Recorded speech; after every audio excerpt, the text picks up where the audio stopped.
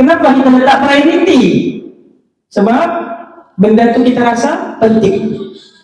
Okay. Kenapa ada orang Islam dia sibuk macam mana sekalipun kan, solat tu dia mesti kejar punya lah.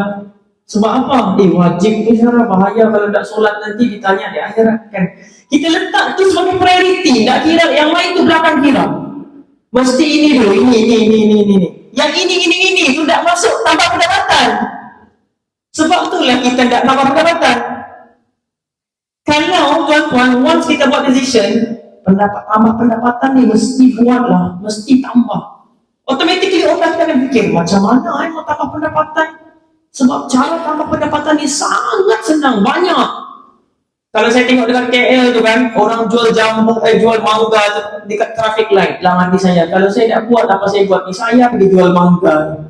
Senang saya dia berdiri jadi sini. Orang berhenti mangga, begini. Kan? Panas tu kita pakailah tualah ikat sikit kan. Tapi orang tak nampak. Banyak orang dapat duit tu daripada jual mangga tu. Saya tanya ada satu, dia orang Indonesia kan, dia ambil upah kan. Banyak dia dapat.